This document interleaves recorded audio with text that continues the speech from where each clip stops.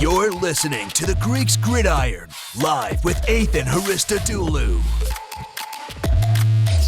What's going on, everybody, and welcome back to more of the Greeks Gridiron. I am Ethan Haristodoulou, and today on this July 25th, 2022, I am going through a read and react with you guys as some big news has dropped regarding the XFL and the NFL today. I had a different video planned for today, but I thought, I'm covering the XFL when it rolls around next season, and this is a pretty big service that I'm going to talk about with the NFL that I've been looking forward to as well. So why not push that back a day, and we'll focus on the big news coming out. So make sure you hit that like button, hit that subscribe button, and comment down below what you think of the couple of stories we'll be talking about today. Love to hear your guys' opinions. And remember, when we hit 500 subs, we're doing a giveaway. I'll be giving away a few of these show shirts you see me wearing here. So make sure you hit that sub button so you do not miss out when we cross that 500 mark. Now, the first story we are going to discuss, we're going to focus on the XFL here because they made a couple of big announcements, actually. They made one yesterday and then another one today, and I'm really excited for this because if you follow my channel, you know I was all about spring football. The USFL was an absolute blast. I'm excited for the XFL and the USFL next year.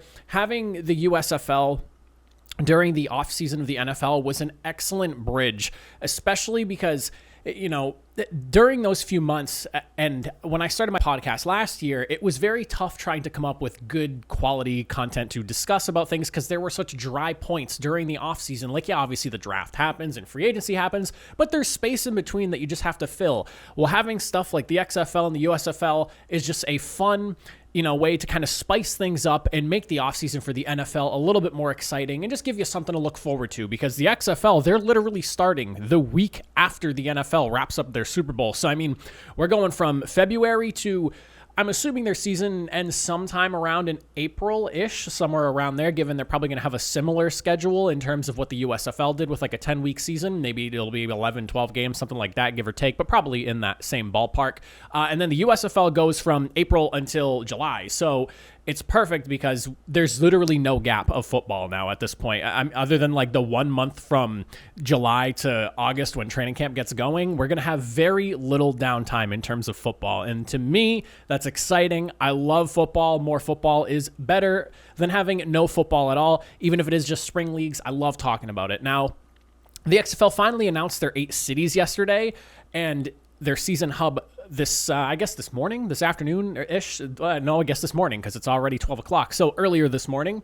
And the 8 cities being, and I'm very surprised at how this shook out because Texas holds 3 of the 8 cities here. So it sounds like XFL is going to be bigger in Texas. We have Arlington, Texas at Choctaw Stadium. Bob Stoops will be coaching that team. We have Houston, Texas at TDECU Stadium. I don't know if that's pronounced in some sort of way, but that just seems like an abbreviation for something.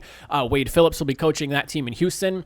The Orlando, Florida team will be playing in Camping World Stadium. That is going to be coached by Terrell Buckley. Las Vegas, Nevada, their location is still to be announced, but they have the city locked down.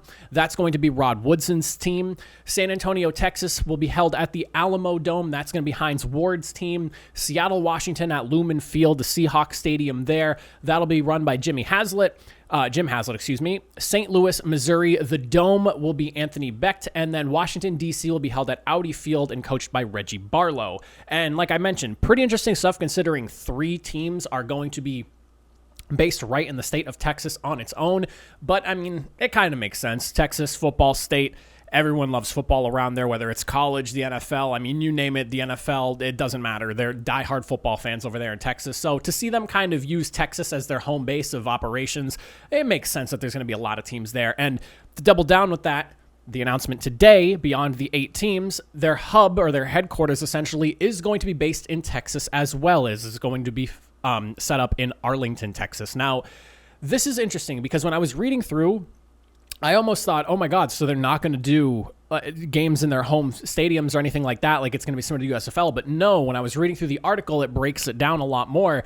Essentially, here's what's going to happen with the hub here. And I'm going to be reading from some notes here because it's a lot.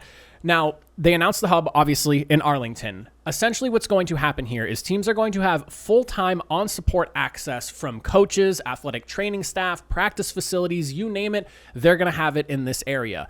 There's going to be 3 available practice facilities for the teams to work at and practice at throughout the duration of the in-week time frame. But when they go to play their actual games on the weekends, they're actually going to fly out and go and play in their home stadiums. That's actually, I think that's massive because you keep costs down where, everything is being held in one place and all you need is to rent out the stadium for like 3 hours for your game, be in and out and be done. That's a really cost-effective way to handle everything, but also at the same time still allow your teams to play in their home stadiums. I think my biggest gripe with the USFL honestly was just that, they were trying to cut costs as much as possible and they only played in Alabama. I understand the whole process behind it, but this right here makes a lot of sense. You're essentially doing the same thing where, everything is held in one place. Now you're just paying for borrowing a few stadiums for literally 3-hour windows and flights home and back. Everything else is going to be handled over there in Arlington, Texas. This is a really interesting way to, again, save money, but also still be able to keep everything in the same place while not kind of like isolating all the team's home fans. I think one thing the USFL really would have benefited from is doing something similar to this design where you have a hub location and from there, you do everything in one place during the week and then just send your teams out to play their games and then come right back afterwards. You're literally, you get there maybe Saturday night, you play your games on Sunday, or not Sunday, whenever they're going to have their games. I don't know, Sundays, Saturdays. You get there the night before, you're there for the day, you fly out that night, bang, bang, boom, you're done. You're gone for a day and then you're back over in Texas doing your thing for the entire week until you're ready to roll through again.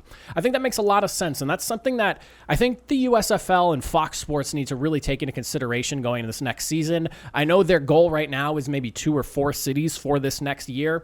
And while I understand, again, trying to cut costs, something like this, not a bad idea. You have your teams in their, in their home stadiums, at least for the games. And, it allows fans to, build that relationship with the team just a little bit more instead of just kind of rooting from home if you can't make it out to Birmingham for a game or, wherever their hub cities end up being going into the second season. It's definitely something I want to see them focus on and get into. I think it'll really help out the league itself. And at the end of the day, I understand Fox Sports was trying to, save as much money as possible. And yeah, I get it. It's a business, but also you're Fox, literally Fox Sports. How much money do you have? How much money did Fox Sports just dish out to Tom Brady for a future deal he's won, not even a part of right now because he's still playing football, and $375 million? Like, come on now. That's a lot of money for one guy to be an ambassador and commentary, whatever else, whatever other department they decide to use him in. I understand he's, the GOAT, but you just dropped $375 million, but you have a startup league. You're trying to, take advantage of a spring market, and you're not willing to spend a few extra dollars to just have your teams play in their home stadiums and do something similar to this. I will say I love the USFL. I don't mean to sound like I'm ragging on them. I loved watching the USFL. I loved rooting for the USFL. I loved rooting for the Breakers through the whole season. But this right here is probably how it should have been done the first season for the USFL, and I hope they take note of this, and it's something they're considering if they're not already set in stone with what they're doing in Season 2 next year. On top of that, the practice facilities, I guess I'll mention this as well. I do have them in my notes here. So like I said, everything is going to be in Arlington, Texas. The stadiums that they have set aside here is going to be Northwest ISD Stadium, South Lake Carroll Dragon Stadium, and Vernon Newsom Stadium. So if you're in the Arlington area and you plan on watching some of these USFL teams practice, there's 3 different locations they'll be at. And again, it makes so much sense. You hold your practices in all these different places. I'm assuming teams might be able to cross practice against each other and things like that too. We've seen the NFL kind of start to do that in preseason, or they've been doing it for a while now, but we're starting to see it more and more frequently. I wouldn't be surprised if, again, they only have 3 practice facilities, if they kind of utilize that in some way where, maybe they'll set times aside for every team to have their own time, but maybe we do joint practices and things like that. Be interesting stuff to watch and kind of keep an eye on. That is the XFL news, though. Let me know what you guys think about it. I'm really looking forward to the setup that they have here. Like I said, my biggest gripe with the USFL was just simply that all the games were in Birmingham. It, caused a big kerfuffle with fans that weren't Birmingham fans about them playing all their games at home and whatnot have you.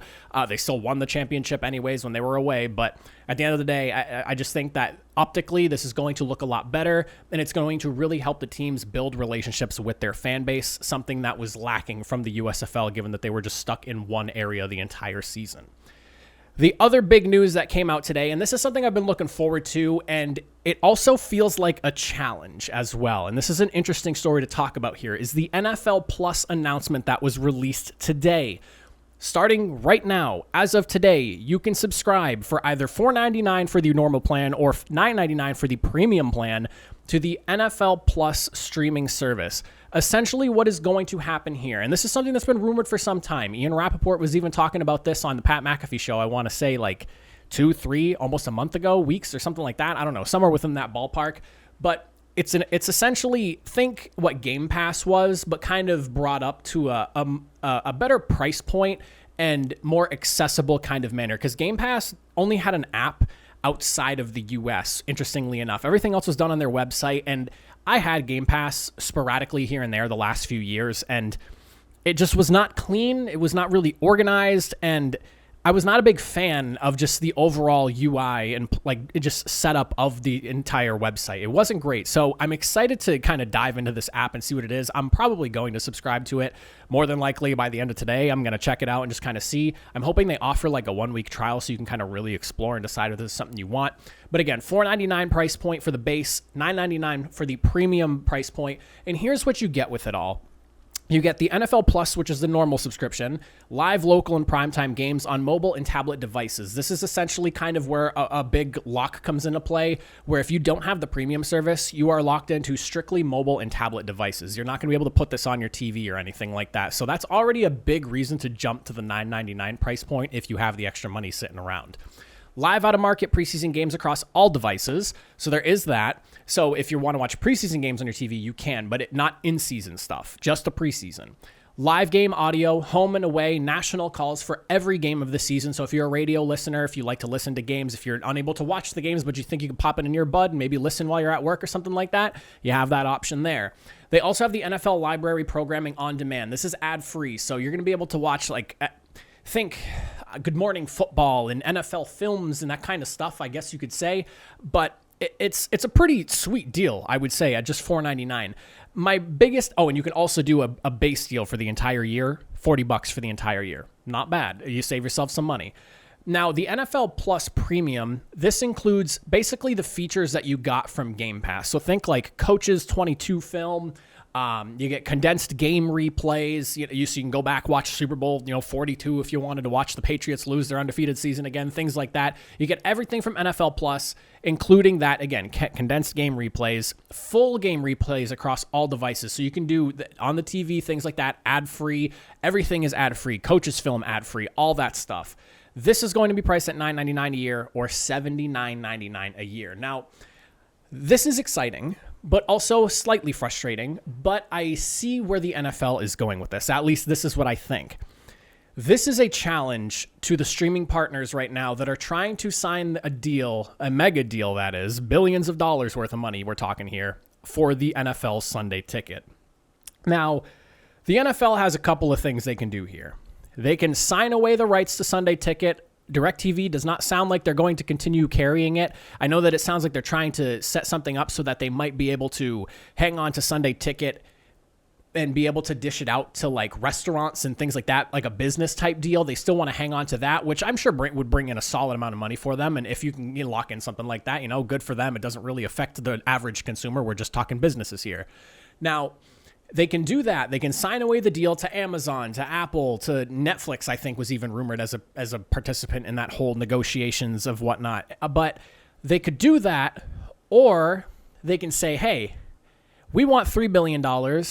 Everyone's offering roughly $2 billion, because those were the numbers that were brought up when it came to when Ian Rappaport was talking about it. NFL wanted $3 billion. Streaming services are offering somewhere around like $2 billion. If that's the case, the NFL could say, hey, pony up, get us closer to that $3 billion number we want, or we now have a whole subscription service on our own that we can just throw Sunday Ticket on there, and then boom, you're paying maybe $29.99 a month, or $150 for the year to get something like Sunday Ticket right from the NFL. We don't need to go through anyone anymore. That's kind of what I see this as. I think the timing of this whole thing kind of speaks to that as well. This is something that has been in the works and rumored for a while. The discussion for Sunday Ticket got really hot like a month ago. I did a whole video on that. Check it out if you want to. I'll have it set up in one of the videos at the end of this if you've made it this far and you want to see that there. I have a whole video discussing the possibilities with that as well. But that's kind of what this seems like. It's a, hey, we want this amount of money. No one's really reaching close to our target, our target margin for pricing right now. How about here's our streaming service? And it gives them some time to kind of see how they can work out the kinks. You know, is the UI clean? Is it user friendly? And if things don't, look great, they can adjust, and, they have time. Sunday Ticket doesn't expire with Dish until next year. So there's a whole season's worth that they have plenty of time where they can work around and jostle Disney and Amazon and Apple and all those people. Look at what we have here. We're improving it too. It's only getting better. We want that money. This is a very interesting ploy, I would say, on the NFL's part. One, because it's an awesome service, but two, because I definitely think it is them trying to ruffle some feathers with the people that are trying to sign away Sunday Ticket from DirecTV. I'm interested to see where this goes. I'm excited to dive into it because I've wanted a service like this from the NFL for a while now, and I'm surprised considering how innovative the NFL has been and how good they are at just kind of pushing their product and revolutionizing the availability of their product within the sports media market. It took them this long to kind of get to where they are. I think back to like when the WWE kind of innovated sports streaming, because prior to Netflix and like Hulu, maybe. I don't even know if Hulu was around in 2014. I don't know if I had Hulu back then or not. It might have been. It might have been fairly new. But I remember 2014, the WWE announces their WWE network, where everything that they have is in one library, and boom, $9.99 a month. It was rumored that it was coming, and then they dropped it for WrestleMania. Pay-per-view events became only $10 as opposed to the $60, $65 you were paying for at that time. And if you're not a wrestling fan, maybe you don't know what I'm talking about, but it does circle into this point here. It was revolutionary, and people thought Vince McMahon was nuts. And then what happened? Millions of people subscribed to it. And then what they did was they turned around and they were like, all right, what was it, 2 years ago? I think it was a year ago now at this point. They created essentially $1 billion market for themselves and sold the rights to the entire library to Peacock. And now Peacock owns all of it, but they handed over $1 billion for the entire WWE library. I'm just surprised that, and my point being is that considering the amount of money that goes into this and just like looking at a company like that, basically taking their library of stuff and doing what the NFL did now just 8 years ago now, it's surprising to me the NFL took this long. But I'm excited to see where this goes.